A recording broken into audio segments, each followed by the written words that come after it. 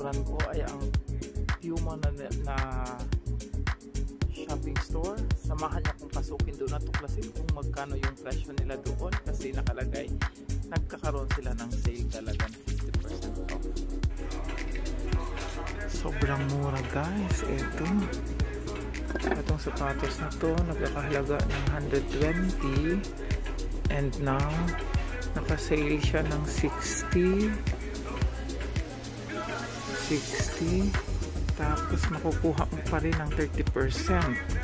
So sobrang mura na sila. Eto pa dito yung ibang mga sobrang mura ang sapatos dito ngayon guys. Eto naman 25 na lang siya, from 120 down to 25 euro. So sobrang mura ngayon guys ang mga sapatos. Eto naman nakukuha mo na lang siya ng 35 euro from 130. So pwede mo na siyang makukuha ng 35 euro. Diba? Sobrang mura. Sobrang mura sila ngayon. 50% off. Tapos sa 50% off na yun, may makukuha ka pang 30% din. Eto din naman, from 65 euro, nagiging 31 euro na lang lahat to. Eto dito, 28.50 from 60 euro. Some are 30 euro. And guys, from 110 nagiging 55 na lang. Eto nagiging 39 from 80 euro. At eto din,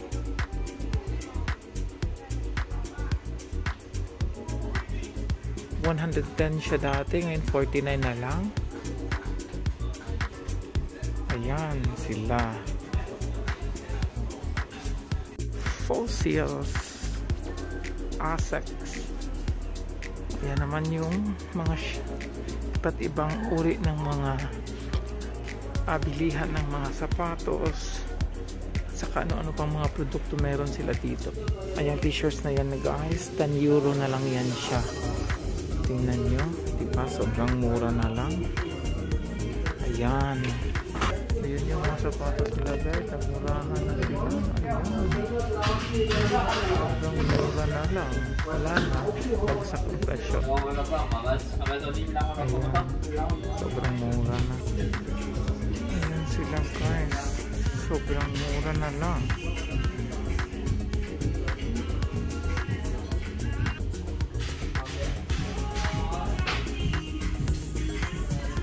50% off kasi sila ngayon. Ayan, Skechers. Great savings up to Fitchak and Joey are really on sale.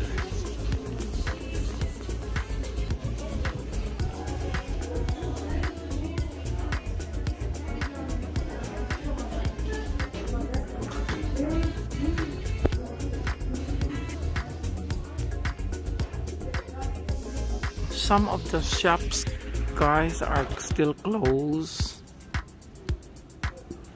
Tommy Hilfiger are now open.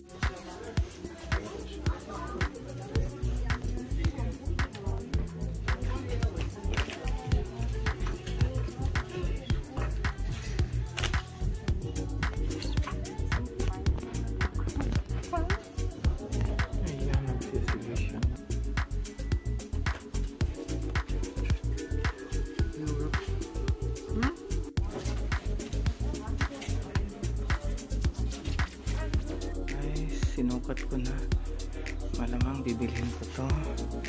Ano bang pantalon, kulay ng pantalon na pabagay dito, hindi ko alam eh. Ayan guys, dito na naman ang diesel. Sa unahan yung Guess, Under Armour at saka Coats. So sa diesel kung anong meron,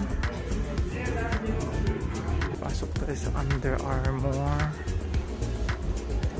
Kung meron din silang mga sale dito, 50% off pa rin sila lahat. Tingnan natin yung mga sapatos. Yan.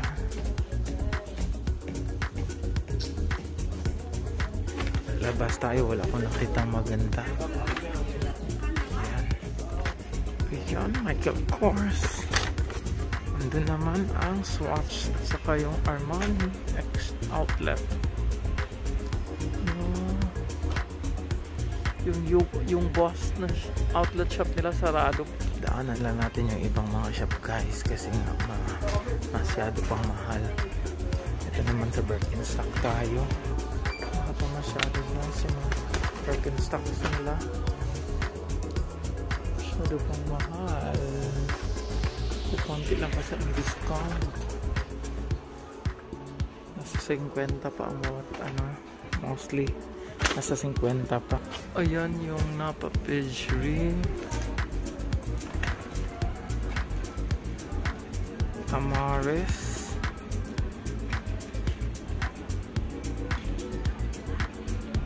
Watch and see. Ito naman yung Calvin Klein. At saka yung Marco Polo. Pero subukan natin pumasok sa Calvin Klein. Tingnan natin kung may mura ba dito mabibili natin. We'll see, pila na naman tayo sa Calvin Klein. Isa to sa mahal na brand ng sapatos guys, ang Lloyd. Marami pang shop ang hindi nagbukas, kadalasan sarado. Super dry. Titingnan natin. Papasok tayo kung makikita natin na may mura na naman sila. Ayan.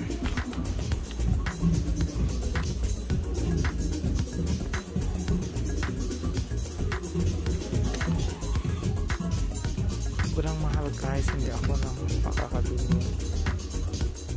Wala silang discount, wala silang sale, kaya lalabas na lang ako kasi regular price sila sa outlet price. Ito ding Geox guys, magaganda din ang quality ng sapatos nila. Mamahalin din para sa akin, kaso hindi lang ako bibili. Hindi na lang ako papasok dyan kasi marami pa akong mga moccasins na sapatos galing from Geox. Ayan, medyo kukunti pa lang ang nagpa-park. Normally guys, mapupuno to ng mga sasakyan dito. From there hanggang dito yan, mapupuno yan ng sasakyan. Di pa kasi nila siguro alam na nagbubukas na ulit ang Zweibrücken fashion outlet. Ayan, Lee. Parang wala silang hindi sila nagsisi. Hindi lang tayo papasok dyan kasi parang mahal pa ang presyo. Pag bibili ka ng dalawang pantalon, magiging 99 na lang. O di makamura kapag tatlo kasi 139. Dito tayo, andyan yung Quicksilver, andyan din yung Converse at saka Polo by Ralph Lauren. Andyan din yung mamahaling mga gamit pang kusina na Villeroy & Boch. Ayan. So, subukan natin dito sa Converse kasi up to 50% off sila. We'll see. Pasok tayo guys kasi 50% off daw ang Converse dito. Pasukin natin.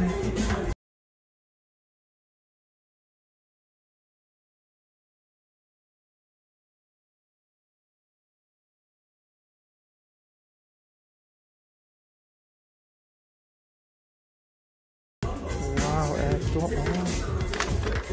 89 lang yung Chuck Taylor niya. Wow, hello. Ayan, 39, 30% off pa to. Ayan.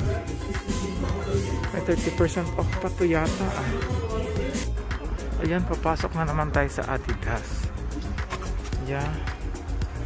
Ayan. Ito tayo sa Adidas. Hindi ako nakapagbili ng marami doon sa guys, sa tawag nito doon sa Polo kasi nga pinagbawalan. Ito na naman dito, ayan 19 euro na lang pero hindi naman kagandahan yung design. 19 euro na lang pero hindi magandang design. Pangit siya. Ito 27 euro na lang.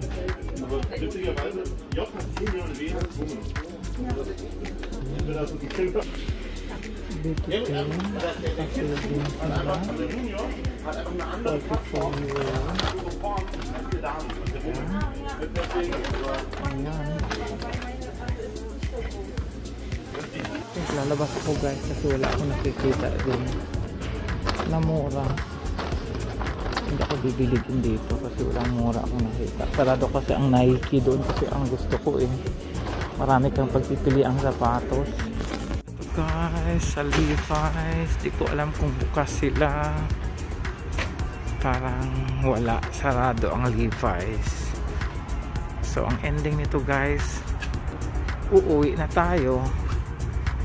Kasi nga, wala na. Kukunti lang nagbukas ng mga shops. Dito din yung Esprit. Parang bukas na yata yung Esprit. Subukan din natin. Pumasok. Baka may mura sila doon. Ayan, pati si Mustang bukas din. Guys, Esprit guys. Ayan guys. Oh, mga bag na pang babae. €19.99 lang. Mga panlalaki, tingnan natin paano makikita natin mura dito sa mga panlalaki.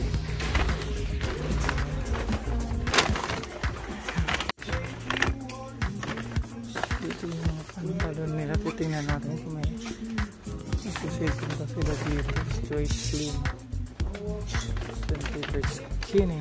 Dito yung skinny nila, ang skinny. Ayun guys, may nakita ako. €4.99 na lang siya, dalawa.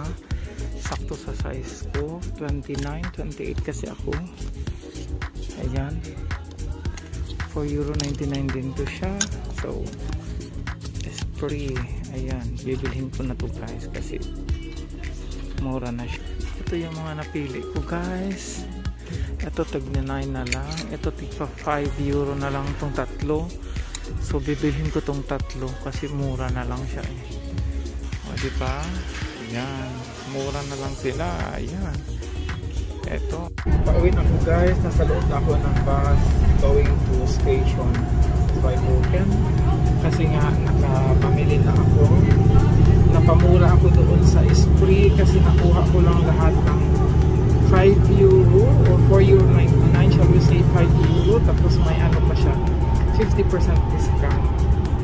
40% or 50%? Titingnan natin mamaya sa resibo guys kung magkano ang nagiging discount ko. Ang mga pinamili ko, so happy.